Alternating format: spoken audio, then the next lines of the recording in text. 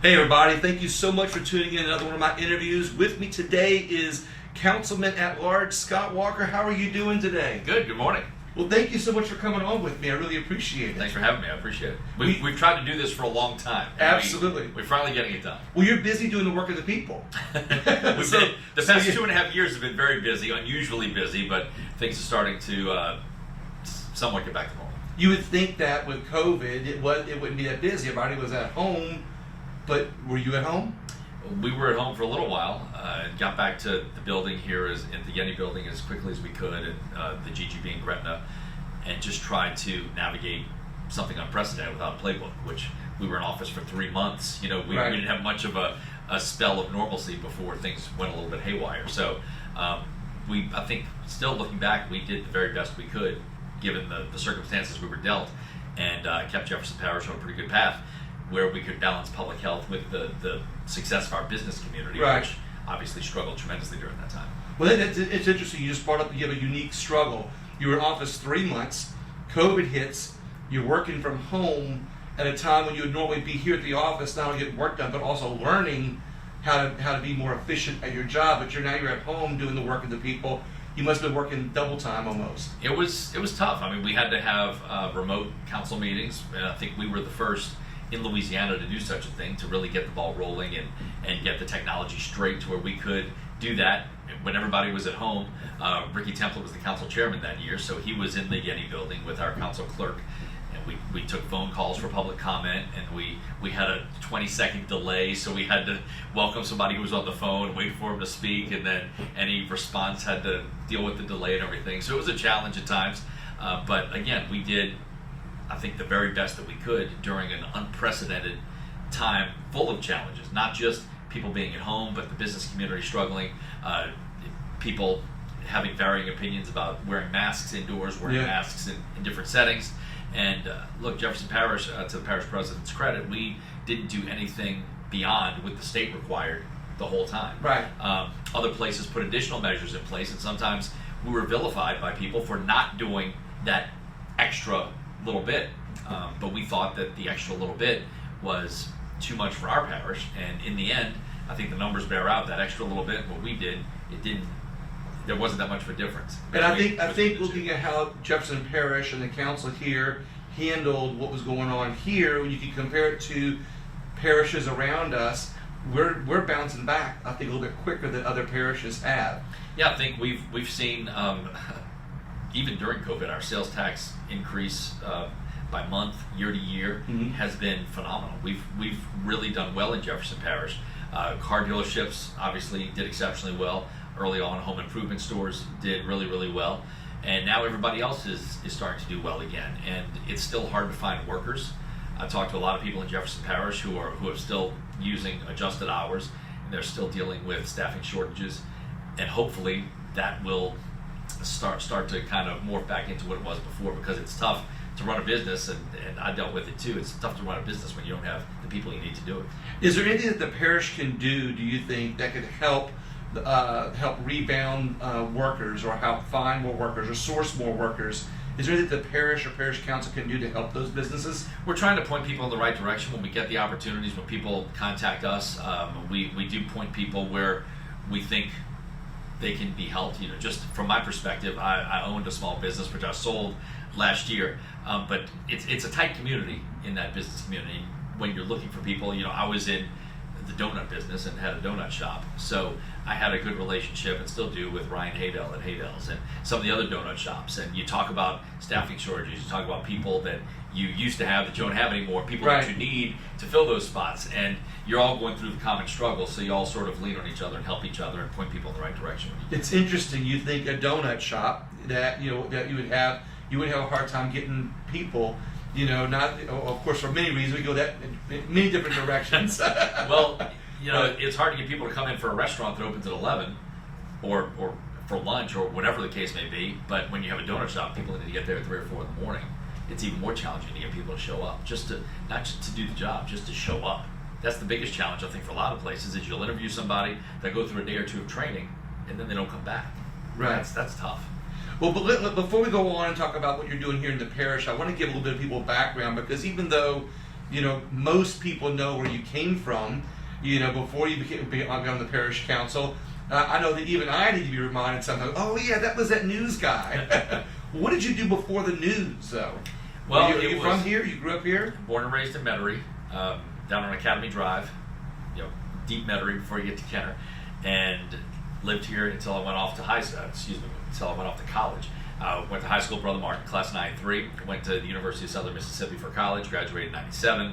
Went from Hattiesburg, where I worked at the NBC affiliate there for a couple of years, to Jackson, where I worked at the NBC affiliate for a year, and then to Gulfport, Biloxi, where I worked at the Fox startup for about 18 months. It's a very, very stable early career. 18 months is a long time. Yeah. And then moved to Mobile, where I spent 7 years, and that's where I switched from really full-time into news, out of sports. I started my career and spent the first 5 years in sports, and then Mobile became the news place, was there for 7 years, then Orlando for 2, and then moved back here in 2009. Now, I'm looking at you. You look a lot younger than all these years of experience in media. The grays are starting to come out a lot more these days, but I'm 47. That's what the council do to you. It does. Government will give you a few more grays. But I'm 47 and spent a lot of time in TV, 23 years, but I started young. I was the weekend sports anchor in Hattiesburg when I was 20.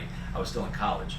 And got out when I felt like it was time to get out. I believe life's about different chapters and challenges and different adventures, and I never wanted to pigeonhole myself into one thing. I knew I wasn't going to be 65 years old anchoring newscasts. I didn't know when the end was going to be, but I knew when I knew that it would happen. And I realized in my last contract, probably about a year out of my last contract, that it was probably time and I wasn't going to do another contract. So sort of laid the groundwork for my PR company, which I started when I left in July of 18. In fact, we're right at the 4-year mark this month that I've left TV and did the PR thing, and then for a year did that and still do that, but realized my life probably wasn't chaotic enough, so I decided to give politics a try and have enjoyed it so far, and went through the campaign and that whole process, which isn't the most pleasant process in politics, but you get through it and you fight a lot, you win hopefully, and you go on and do some things that you want to do for the betterment of the parish.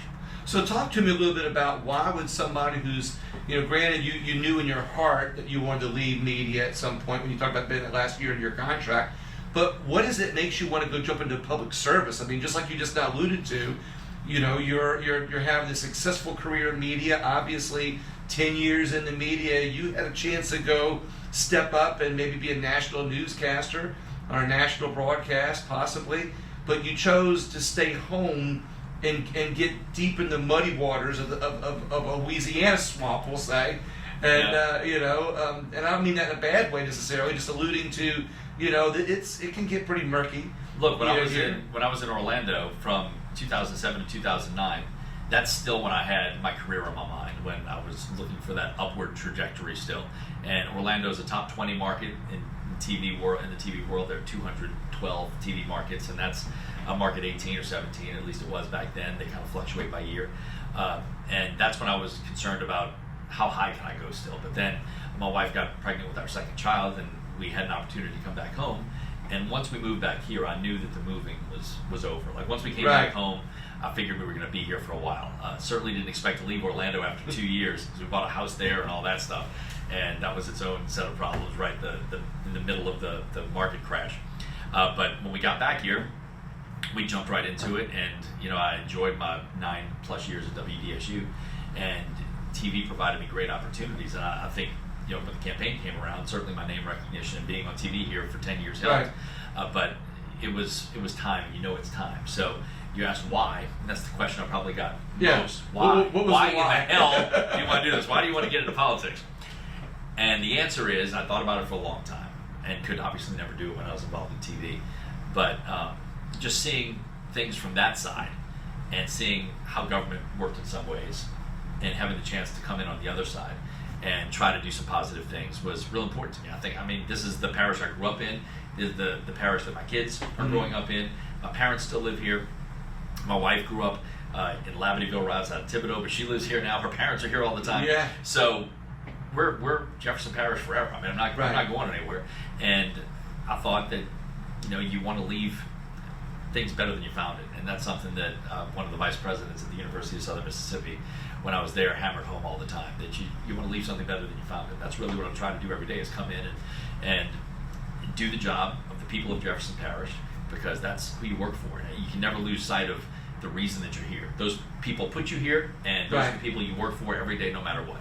I came in not beholden to anybody, didn't owe anybody anything, and it's been, I mean, you were there during the campaign. Oh, yeah. You saw all the campaign stops and all the things we had to go through, and it was a challenge, but I still believe strongly that I am here for the right reasons, and I do things, every decision I make is with the future of Jefferson Parish in mind, and leaving it better than we found it. I love how you say that every day you're reminded that you work for the people. Not enough elected officials, follow that rule. They get kind of consumed, I guess, in their job and who they're working with instead of who they're working for. And I'd have to put a highlight, a little exclamation point on that. That you actually take that to heart. Yeah, well, my number one mission when we came in here, and my staff doesn't have a lot of rules to follow, but we do have one rule in this office, and that is, if you contact my office today, you will hear from somebody today. And if we don't get back to you that day, there's a real good reason for it, or we'll get back to you and say we have to look into that further. But you will hear from us today, and what I ran on was being reachable and responsive, and it's a great theory until there's a worldwide pandemic and a hurricane Ida, when everybody needs it. But and it did become more challenging to respond to everybody. But I think that's what we do, and people are realizing that if you really need something done, and you've exhausted your options, contact this office, and we can usually get things done. And that's, again, what we're here for. I come in, we do potholes, we do street lights, we do yards that are overgrown, whatever the complaint is. The we rat, handle it, and the rat in the garbage. Anything. There's a rat in my yard. There's a possum in my yard. Right. It runs the gamut. We hear everything, and if you don't contact us, we can't help. So I always say, just give us a call if you have run into a dead end somewhere else, and we're kind of like that utility person too for the parish, because you've got your district council people, and as an at-large council member, Ricky and I are parish-wide. So if you contact us and your district council person, or just us after, and maybe you have a relationship with us and not your district council person, whatever the case may be, you kind of have double firepower going after your problem. If you contact one or both of us, it works. Before we talk about your exact district, I want to bring up something you just mentioned a few minutes ago, that you said that when I asked why you ran for office, and you said because you saw things from the other side. And I want to associate with you, or kind of not commiserate, but talk to you about that, because I noticed the exact same thing. When I first got involved in politics, I ran for office myself many years ago, and you start seeing, and you're in the community, you see things one way. When you're in the political system, you see things another way. But when you have a position like what I do now and what you did, when you're behind the camera or you're talking to the elected official, you see things in a whole nother way. And I want to maybe share that a little bit with people, how you perceive things when you saw from looking through the lens of a camera. Even though you're on the other side, you're on the same side of the camera as I am, you're looking through things from another perspective, and you're asking people, and you're getting to think and hear what the politicians are saying. It gives you a whole another perspective. I think, namely, the first thing is how much work it takes to get something done when you're one of seven. On our council specifically, you need 4 votes for anything. And I haven't had any issues when I've gone to the other council members looking for help with something. One of our big initiatives is early childhood education. The past 2 years, I've asked the other council members to pony up some money to go along with my office's contribution, and they all have.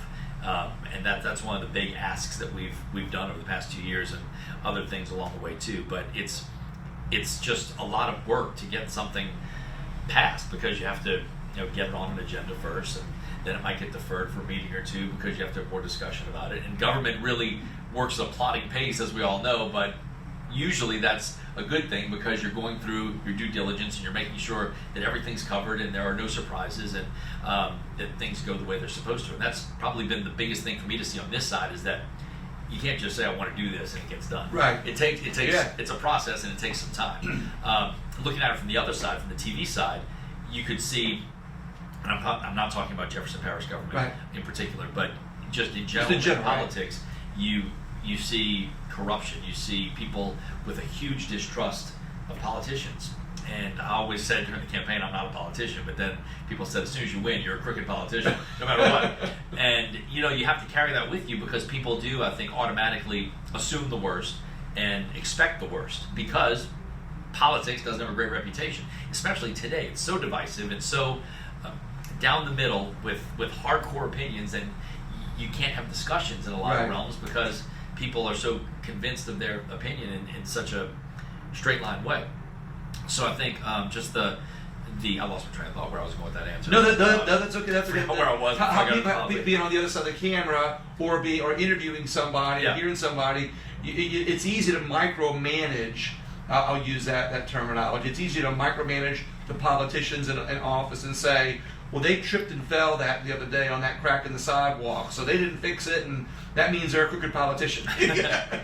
But when you're on your side now, that you kind of crossed over, so to speak, now you realize that things don't move as quick as you'd like them to. You have to move about 40 other people with a straw or with a And sometimes you don't get what you want. I mean, that's the beauty of what we have here. Not everybody can get what they want, and you have to make sure it passes muster and you get at least 4 of those 7 votes. And if it doesn't, then you move on and you didn't get it. But I think our structure of government is a good one. There are people who will disagree with that, but I think that what we do and the way that we're organized and the way that we govern the parish is strong and beneficial for everybody. So what exactly is your district? I'm asking this just for people who might not be keeping up with you. You're at large, and the at-large seat number is it A or B? B, but it doesn't matter. Exactly. It's the same thing. Well, that's what I was asking for that reason. People are like, what's A and what's B? I'm like, I have no idea. I don't know why we're A and B. Maybe it's just to tell the offices apart. Because you cover the exact same thing that Ricky Temple covers. They're both parish-wide. Some people think there's an East Bank and a West Bank at large, and traditionally, I guess over the years, somebody has been from the East Bank, somebody has been from the West Bank. But that doesn't dictate how we cover the parish. I mean, we both do things on both sides of the river all the time. Ricky is from the West Bank. I'm from the East Bank, and people always tell me, don't forget about the West Bank, don't forget about the West Bank. And that's certainly on my mind, because I know I live on the East Bank, and I'm from the East Bank, and this office here at the Ennie building on the East Bank, I'm at more often than the West Bank. But I never forget about the West Bank, and we always try to do as much over there as we do over here. And certainly when we're looking at economic development opportunities, the West Bank is where development potential is in Jefferson Parish. That's where there's land, that's where there's room to develop. So when you talk about the future of Jefferson Parish, which we do so often, you have to look at the West Bank before you look anywhere else in the parish, because there's so much room for development. So it's almost like a suburb of the East Bank. Right, and look, the West Bank is probably the future of Jefferson Parish, because where you are on the East Bank, you're pretty much fully developed. We're landlocked, right? Yeah, and there's a lot of room on the West Bank to do some good things. So there are good things coming to the West Bank. So if you're parish-wide, what's the difference between at-large and the parish president? The parish president is, on the administrative side. So we're the governing authority of the parish. And a lot of people don't understand that we are the governing authority. We're not the law enforcement body. So we get complaints about speeding all the time on the streets. And we can certainly look into that and send somebody out to do a traffic study and see what happens. But ultimately, the sheriff's office is the law enforcement body, and they handle speeding complaints, and they handle the radar and all that. But the parish president, like I said, runs the administrative side. We do the governing side. And for the parish president to really get things done, it needs to go through the council. So the council is, without a better way to say it, in control of what the parish does. Mm-hmm. The parish president certainly has an influence on what we do, and we have conversations and meetings with the parish president. They let us know their desires. We let them know our desires. For instance, the American Rescue Plan Act money. The parish president had a long list of things that she wanted. We called it the Christmas list, because it was like you went through the JCPenney catalog back in the old days and circled everything. And that's what she should do, because she wants to let us know what that money, she thinks that money should be spent on. And then the council got to it, and we have our ideas of what the money should be spent on. You'll rip it out and scratch it out. And ultimately, the council decides on how that money will be spent. Highlight how much it costs on the JCPenney catalog. Pretty much. And then you hand it to your parents. Your parents are like, nope. But ultimately, some of the money will be spent in the ways that she wanted, but in different ways. Right. Because what we ended up doing was taking some money off the top to improve the Zephyr Stadium site and the Alario Center on the West Bank, because both of those facilities can be great facilities that are economic Right. drivers for our parish that need some work. They're kind of outdated. But the rest of the money was split among the district council offices because anything that happens that's transformative in Jefferson Parish is going to go through a council district. So each district council member got that money to decide what's best for their district. Right. Most of them have What's have closest big to the plans. what's closest to people's minds. Right. And most of them have big plans for that money. And people, there were some people didn't want to see that money split up among the council districts like the BP money was years ago. But this money has tighter requirements on it than the BP money did. So it has to be used for specific purposes by a certain time. And the district council members all have ideas of huge projects in their districts that they'd like to pursue. And some of those projects may coincide with what the parish president wanted to do. So to make a short answer long, that's one of the ways that it works. They basically the parish president side, the administrative side, throws over to the council what they want, Right. and the council decides if they get it. I love that. I love how you put that. And then, like I said, the individual council members that are closest to the people are hearing and realizing what's in their backyard better than even some cases the parish president or you all as at-large councilmen. But you're kind of, I guess, you're talking, you're hands-on with the council more frequently than the parish president is because she's busy doing the administrative work. Right, and we kind of work as a support system for the district council members in some cases too. If they have a project and they need our help with it, we help with it because we don't have a specific district. We're the whole parish. So at the same time, anything you do within the parish, you're doing within a council district for us. So we want to make sure that anything we want to do, we're on the same page with the council person for that district, because we don't want to step on toes and do things that seem like we're trying to leapfrog over somebody. Right. So at least as far as we're concerned, we make sure that we have those conversations, and anything that's within a district, we make sure that we do what's best for that district. And if I'm helping in that district, then it's better for everybody. Speaking about projects, let's talk about some of the projects that are going on. I've heard you talk a little bit about, some of the I love how actually, and I'm probably going to catch you off guard a little bit. I'm going to remind you, I saw you a while back, you were speaking about projects in the parish, and I loved how you put it. And I'm going to try to remind you in a way that you'll remember without looking like I'm prompting you.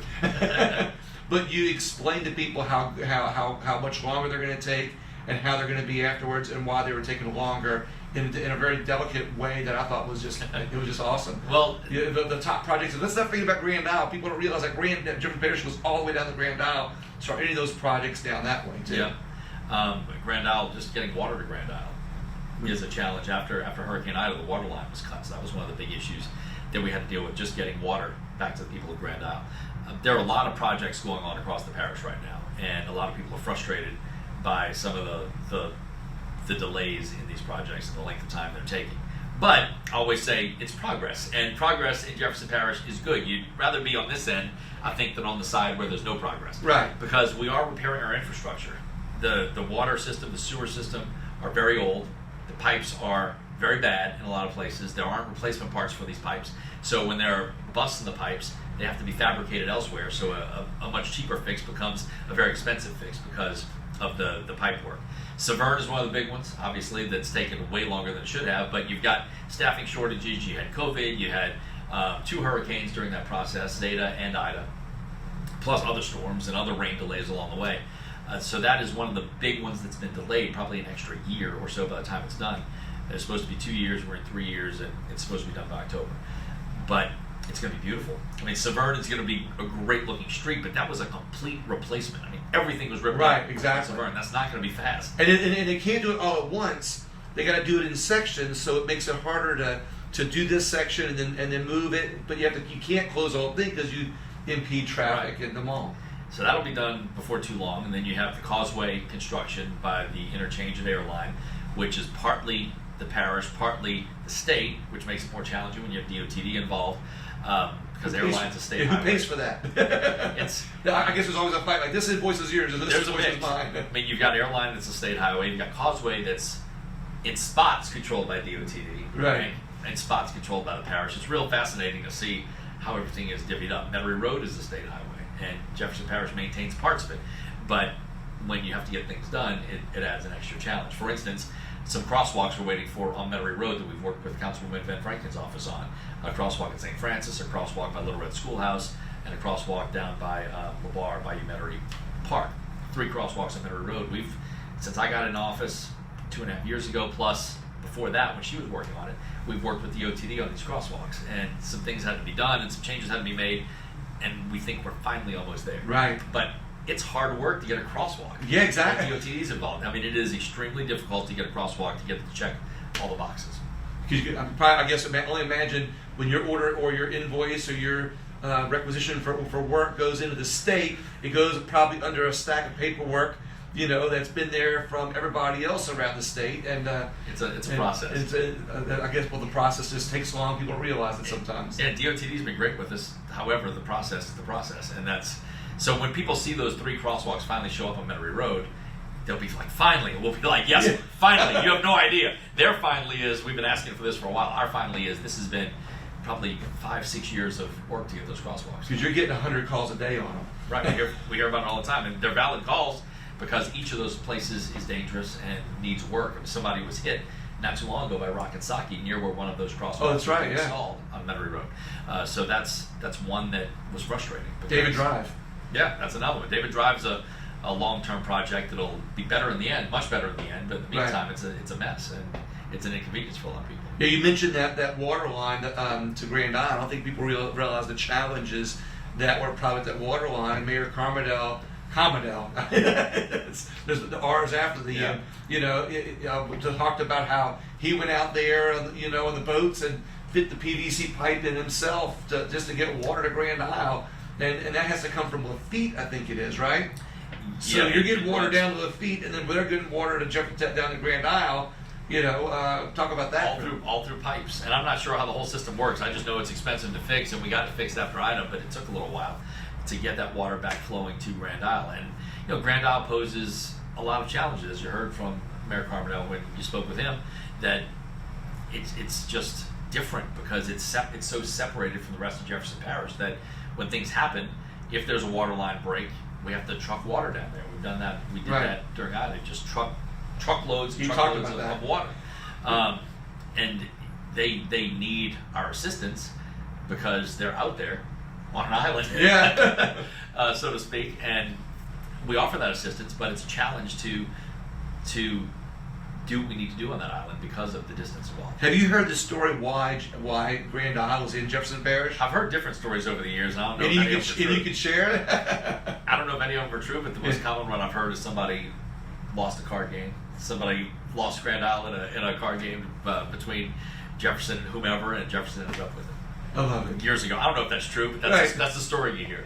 I really have no idea the origin of it. Well, are there any other projects coming up that you want to point out, or? I mentioned the Zephyr Stadium project. Oh yeah, that's an interesting one. What's going on with that? Which is going to be ultimately, I think you'll see long after I'm out of office that this area behind us here at Zephyr Stadium, the entire footprint will be hopefully one day a sports and entertainment district that we attract people to.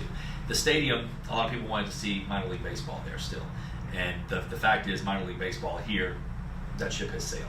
It's not going to happen again. The minor league baseball system in general is in disarray, so we're not going to get more baseball here. So we have to think about how we can transform that stadium, which is owned by the state, that sits on land that the parish owns. So we own the land. So it's the facility is owned by the state, and the parish owns the land it's on. another one of those like causeway projects. It's tricky. Yeah, it's tricky. So we decided that money we take off the top, $15 million off the top of the American Rescue Plan Act money, would go towards Zephyr Stadium, and $5 million, and maybe more later, would go towards the Ilario Center for some repairs to be named later. We still need to come up with a plan and see what Ilario Center needs. But Zephyr, there are designs, there are plans to turn that baseball field into a more traditional rectangular field that could be home to soccer, high school football, concerts, whatever you want to put there to put that facility back into commerce and make it useful for Jefferson Parish. There should be stuff going on there every weekend, every week out of the year. Right. No question. It just sits there though and rots right now. So it needs work to be brought up to modern standards. There'll be a bleacher section added to the other side of the stadium where it's actually probably covered, so it's not oppressive heat on top of people there. That's one of the complaints when high school football games have been played there before, is that the visitors would be in temporary housing seating. In a way, yes, and they felt like the other side was the home side was the great side because you had real seats, and on this side you had always is separate modular stuff. And the home team usually is treated better anyway. But we wanted to make it a situation where any high school team that comes in, it would be a state-of-the-art facility. Look like a state-of-the-art facility. And there's a chance that a soccer team comes here at one point. It's been well reported over the past few weeks that we've been in talks with United Soccer League, USL, about an expansion team in the New Orleans area. They haven't decided where they're going to go yet. Hopefully in the next month or two or so, they decide where they're going to go. And they would be a great tenant at the stadium. Whether they come or not, we're still going forward with that renovation. And then we would still be able to keep Nova Rugby. Yeah, and some people think if soccer comes, rugby has to go, but they will coexist. Rugby can be there. Their seasons don't overlap, or at least not that much. I've heard they use a similar shaped field. Yeah, it's pretty much the same. So I think anybody who thinks that rugby would be forced out because of the stadium renovation is not correct. They'd all be able to coexist. And the way the seasons run with football and soccer and rugby, there's not a lot of overlap. So we'd be able to run things pretty smoothly through that and really utilize that stadium. And I think Mumford & Sons was the last concert there several years ago. I remember it. Yeah, was it a decade ago, maybe 12 years ago? It was well before I was in office. So, but they even had one time. That's the only concert that's been there that I can remember. That was the last one. Yeah, I forgot about that. That was going to be the only concert. I mean, years ago they had a 4th of July event there. It was like I forget what the name of it was, but it was they had a thing for 4th of July where they had several little miniature concerts and performances, and then at the end of the night they had a flyover where the Jets flew towards the stadium, and then of course lifted up right before the stadium, and then after that they started playing American music and the fireworks went off. We should have everything in there. I mean, anything we can have in there, we should have in there. You can put 10,000 people in there when we're done with it, so it'll be a great facility that's state of the art that'll attract a lot of events, and we look forward to it doing some really good things for our parish. How many baseball stadiums do they have, or baseball fields do they have at Zephyr State of the Park part? Say again? How many? How many baseball fields do they have at the park? Because they got some baseball fields and some soccer fields on the other side of the. At LaSalle, you mean? Yeah, LaSalle, right? LaSalle. So, yeah. LaSalle has, I think, the 4 main fields, and then the soccer fields next to it. And LaSalle's got some upgrades coming too with Councilman Bonanno's district improvement funds, council district improvement funds. He has some plans to put another soccer field near there, in there or right next to there. I forget exactly where it is, but it's in the LaSalle tract area. And then the walking trail will be revamped when the stadium's done. It won't go away. Some people are worried about the walking path around the stadium. That'll still be there. And the Saints and Pelicans have some big plans for that area too, that we're kind of working with them to combine master plans so that they work together and not against each other. And there's plans one day for a hotel there, restaurant there, some retail to go with the stadium, to go with the Saints and Pelicans expansion, because we need that to be a place where you don't just come for the game, but you come before the game, you stay after the game, you even come when there's a game not happening or an event not happening. So we'd like to see a restaurant there. The hotel there will be a great component because obviously if people are in town for an event, they like to stay there. And then hopefully we start to improve other parts of Airline as well, because you see from David Drive to the Saints and Pelicans facilities, it looks great. When you get across to the other side of Airline, there are some spots that aren't so great that we'd like to see improve over time, and that will be necessary to make it the kind of district. There's some hotels there already. Okay. not quite the same ones that we're talking about. Yeah, different kind of hotels. So, I guess I love that forethought for this area, because instead of having an area that is in decline, you guys are looking for, and the council, and you and the rest of the council are looking for ways to bring it on, bring it up and elevate it, not only for tax dollar purposes, but to improve the area and jobs and the market for the area. I would argue that is the most valuable and most underutilized piece of property in Jefferson Parish that's just sitting there doing nothing for our parish. And that's where, since I got in office and I looked out of my window every day and could see that piece of property that's doing nothing, it's just gnawed at me. So we had the opportunity to do this with the American Rescue Plan money, which is probably a once-in-a-generation opportunity to have this kind of money to put into a state facility. And LSED, which runs the building for the state, doesn't have money right now because they lost all their events, and they're going to have money at some point. They're going to pitch in, but the state is pitching in. Cameron Henry has been a great help with us. Lori Schlegel has been a great help to us to get some Priority 5 money next year that is going to move up to Priority 1.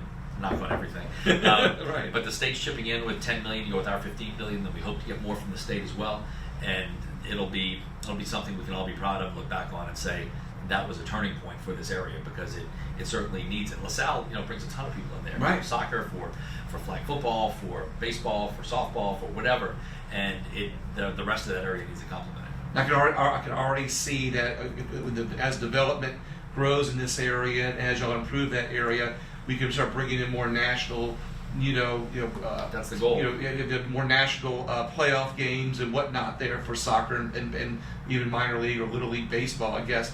But what most excites me, before I ask you the last question, for two last questions, is that you guys have the foresight and forethought to think about an area that, if you don't give it attention now, is going to be, a crumbled, mess in 10 years now, and you're catching it before it goes on the decline. But I want to give you an opportunity to anything I forgot to ask you. But before you answer that question, I always like to ask people what unites us. I always talk about our country. I think the best are always looking for ways to divide us. There's all these narratives, either on a national level or on a local level, and they're used to divide us, into party or into different ways of thinking, when I always like to say that we have more in common than we realize. And of course, the closer you get home, on in this case, on a parish level, we find a lot more that unites us. But in your opinion, what unites us as a parish, as a community, as a country in this area? I think here in Jefferson Parish, relationships unite us. I mean, whether it's a family relationship, relationships with your friends, relationships with your coworkers, as long as you foster good relationships and you can work on those relationships on a daily basis, then you're probably going to be in a good spot personally. And hopefully that filters out to other people as the message spreads. Because, like you said, it is so divisive right now. It's so hard to have conversations, tough conversations about politics or anything else. I remember a time, when I wasn't that much younger. I'm not that old. I say I'm 47, but I've seen a lot. And, you remember a time when there was better public discourse and more cordial public discourse. And as much as I like social media and realize the benefits that it can reap for you when used the right way, on the other side, it's equally as dangerous and divisive, because there's so much misinformation out there. So many people just feel like that's the place to put their political opinions, and sometimes it jeopardizes their jobs, relationships, it makes enemies, and it's also unnecessary, because you'll see some opinions out there that if somebody disagrees with that opinion, that you're blackballed from that person's life. Like, you're not talking to them. So I think to unite us further, if we can go back to a society that can have those civilized conversations and not take it personally. Sure, my politics are different than somebody else's politics, but we can still be friends. Like, you don't have to. Exactly. You don't have to have this contempt and disgust for somebody else because they have different political beliefs than you do. So I think if we foster relationships on a daily basis, that unites us now. But then to unite us further later and make us a better society again, you just need to remember to have conversations and remember that we're all focused on the same common goal. Right, exactly. I think we're all 80% more alike than different. We want a great place to live. We want good things to happen in our community. We want good jobs. We want a good income. We want a roof over our heads, and we want to be able to provide for our families. And outside of that, it's a lot of noise. So I think if we just focus on the main message of let's do what's best for society. Let's do what's best for each other. Let's do what's best for our family and friends. The rest should sort of take care of itself. That's probably a pipe dream and wear rose-colored glasses, but I am accused of being an eternal optimist all the time. So I like to think positively and look at the bright side of things rather than the dark side of things. So I like to think that we have hope in our society and can do some great things, especially here going forward in Jefferson Parish. And look, the political environment in Jefferson Parish is not as divisive as I've seen in some other places. Our council gets along very well with our parish president. We've done some great things for the parish in the time we've been in office. Hope to get an opportunity to continue it for another 4 years. Next year is an election year already, which is crazy because we lost a couple of years basically due to COVID and it's just flown by. But I hope to continue to try and unite us further in Jefferson. Right. Was there anything that I forgot to ask you? That's a long answer to your last question. that was great. Like I said, I think it shows sometimes I'm wordy. I can be too. But I think that you sometimes, as a wordy person, you need to use those extra words to really get your feelings out on the table. And sometimes that shows people a little bit better explanation than just having a curt or brusque answer that's more succinct. Yeah, and look, it bothers me when people yell at me for things on social media, because I don't take it personally, but I want to do a good job for everyone. Whether you voted for me or not, I want to come in here and do a good job, and I want people to know that I do the best job that I can every day, and I'm not trying to do anything that's gonna hurt one group or help another group. I'm just trying to do the best job every day. But there are people, you're not gonna make everybody happy. Not everybody and make there are everybody people who just come at you a lot and expect you to perform miracles in some cases, and we try. Yeah. But they're not always happy. So I still work to satisfy those people and make sure that we can make as many people happy in the parish as we can, and remind people that I come here to do what I do every day for the people of Jefferson Parish, and that's what I'll stick with through the rest of this term and through next term. That I walk in every day thinking about every decision I make and how it affects the people of Jefferson Parish. That's it. Scott Walker, Council at Large, Thank you, District sir. B. Thank you so much. I appreciate your time. Thank you. Thanks for having me. I really do. Thank you for sharing so much with us. I really do. Well, thank you all for sitting through all this. Well, I think everybody else about sitting through it, listening to the interview, but also if you'll please share the interview, share the video. You'll find this video as a podcast also on all podcast apps, and please like, follow, and subscribe and share it. Because I think one of the best ways to find solutions to our community is to listen to some of the things that our elected officials are doing and helping us get informed. Thank you all so much.